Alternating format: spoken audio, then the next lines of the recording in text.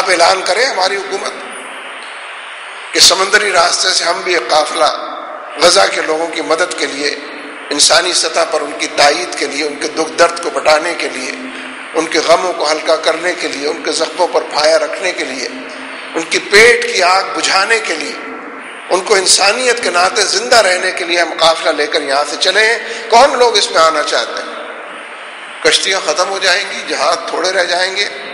کروڑوں لوگ نکل کھڑے ہوں گے جان ہتھیلی پر لے جاؤ۔ یہ پاکستانی تو ویسی عجیب و غریب قوم،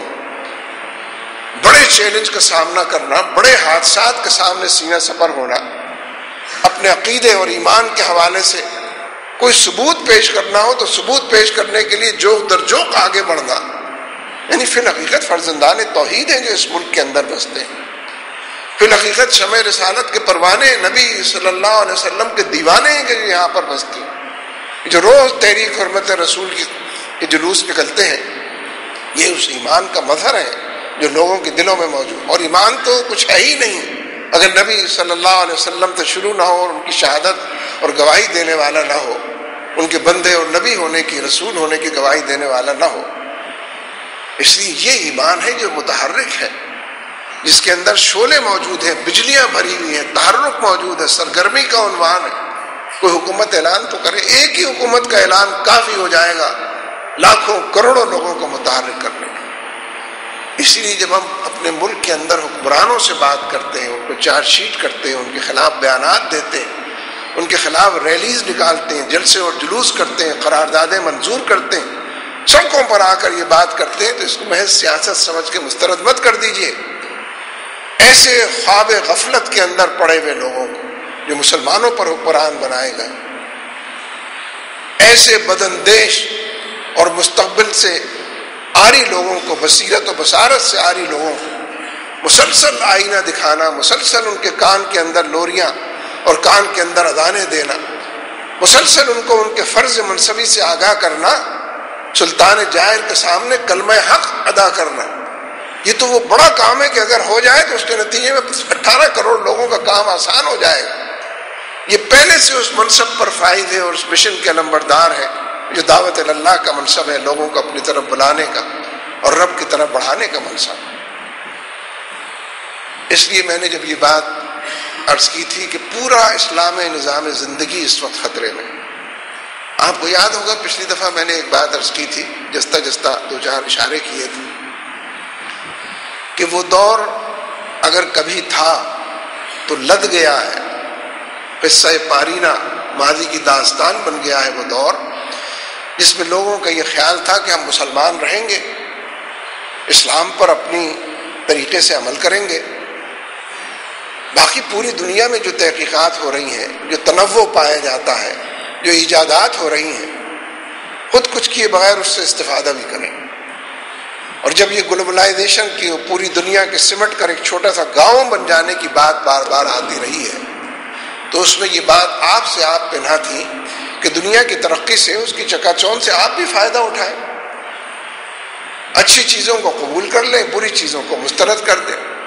بھلی باتوں کو جذب کر لیں، بری باتوں سے نجات پا لیں، اور ان کی تمام تحقیقات سے۔ لیکن یہ بڑی سادگی کی بات اور سادہ لوہی کی بات اس وقت بھی تھی، لیکن اب تو بلی تھیلے سے باہر آ چکی،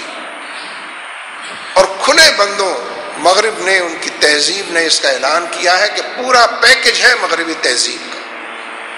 زندگی گزارنے کا مکمل طریقہ۔ ویسے تو ان کی تہذیب کی اور غلبے کی وجہ سے ان کے پوری دنیا کے اندر عسکری غلبہ، سیاسی غلبہ، معاشی غلبے کی وجہ سے ان کے افکار اپنے ساتھ پورے نظام کو لے کر آتے تھے، ان کے علوم جو پڑھائے جاتے ہیں، جو پڑھے جاتے ہیں، جو سمجھے جاتے ہیں، وہ پورے دل و دماغ کی دنیا کو فتح کرنے کے لیے آتے ہیں۔ ہمارے طلبہ ہوں، ہمارے اساتذہ ہوں، ہمارے قلمکار ہوں، لکھنے والے، تجزیہ نگار ہوں، ہمارے اداریہ نویس ہوں، ہمیں واعظ و تلقین کر کے سمجھانے والے ہوں، ان علوم سے آراستہ پیراستہ، صرف انہی علوم سے آراستہ پیراستہ ہونے کی وجہ سے وہ اس تہذیب کو بھی انجیکٹ کرتے تھے ہمارے لباس کے اندر، ہمارے تمدن کے اندر، ہماری سوچ کے زاویوں کے اندر۔ یہ کام ہوتا تو پہلے بھی تھا، لیکن اب کھلے بندوں مغرب نے، اس کی تہذیب نے، امریکہ اور اس کے حواریوں نے، نیٹو اور اس کی فوجوں نے مل جل کر اس ایجنڈے کا اعلان کر دیا ہے کہ کل کا کل ہمارے رنگ میں تم کو رنگنا پڑے گا، اور یہ جو تم تلاوتیں کر کر بھی ثواب لینا چاہتے ہو،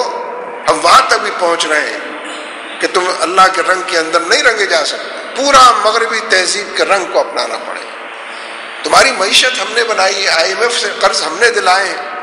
ورلڈ بینک سے بجٹ ہم نے بنوایا ہے تمہارا، حرام حلال کی تمیز ہم نے اسی لیے اٹھا دی ہے، تم کس برتے میں ہو؟ کس برتے پر یہ بات کرتے ہو کہ ہم کچھ مسلمان بھی رہیں گے اور کچھ تمہاری چیزوں کو اپنا کر اپنے آپ کو بہتر بھی بنائیں؟ اب تو یہ بلی بالکل تھیلے سے باہر آ چکی۔ اس لیے پورا اسلامی نظام زندگی، میں نے تاتاریوں کا ذکر اسی لیے کیا تھا کہ بڑے خونخوار دشمن تھے، بڑے پیمانے پر دہشت گرد کا لفظ بھی چھوٹا ہے ان کے لیے، لیکن کیونکہ ان کے پاس کوئی پیغام، کوئی دعوت، کوئی میسج نہیں تھا، کوئی مذہب، کوئی دین ان کا نہیں تھا، محض خوفاری تھی، اور اس کی وجہ سے ہماری سیاسی فیصلے جو تھے وہ غلط ثابت ہوئے، اور ہماری عسکری قوت بہت چھوٹی ان کے سامنے پڑ گئی، اور پوری دنیا پر ان کے لشکر جو تھے وہ پھیل گئے۔ لیکن ہمارا دین محفوظ رہا، اس لیے کہ ہم متبادل دین کی طرف ہم کو نہیں بلایا گیا، متبادل دعوت کا ہم کو اسیر نہیں بنایا گیا، متبادل اقدار ہمارے سامنے نہیں رکھی گئیں، اس لیے ہم دوبارہ منظم ہو گئے اور انہی سے پاسباں میں مل گئے، کعبے کو صنم خانے سے یہ کیفیت بھی پیدا ہوئی۔ لیکن اب تو زندگی کے تمام دائروں میں جو لوگ صرف قال اللہ اور قال رسول بھی کرتے ہیں، ان کو بھی سمجھنے کی یہ بات ہے کہ یہ کام وقت گزرنے کے ساتھ مشکل ہوتا جائے گا۔ اگر ٹھنڈے پیٹوں ہم نے مغرب کی اسی الغار کو، ان کے ڈرون طیاروں کے حملوں کو تو برداشت کر لیا ہے نا، اکا دکا خبر آتی ہے کہ نیٹو کی طرف لے جانے والی جتنی اجناس اور غذا اور ضروریات تھی اس پر کوئی حملہ ہوا، سب کچھ ہمارے ملک سے گزر کر ہماری طرف سے ان کی طرف جاتا۔ اگر نیٹو کے لوگ مسلمانوں کے خلاف لڑ رہے ہیں تو مسلمانوں کی مدد سے لڑ رہے ہیں، میرے اور آپ کی مدد سے لڑ رہے ہیں۔ آپ کا کیا خیال ہے؟ مجھ سے آپ سے نہیں پوچھا جائے کہ تمہارے چاروں طرف ٹینکرز گزرتے تھے اور بڑے بڑے ٹرک گزرتے تھے، نیٹو کے لیے رسد لے کر جاتے تھے، غذا لے کر جاتے تھے، ضروریات زندگی لے کر جاتے تھے،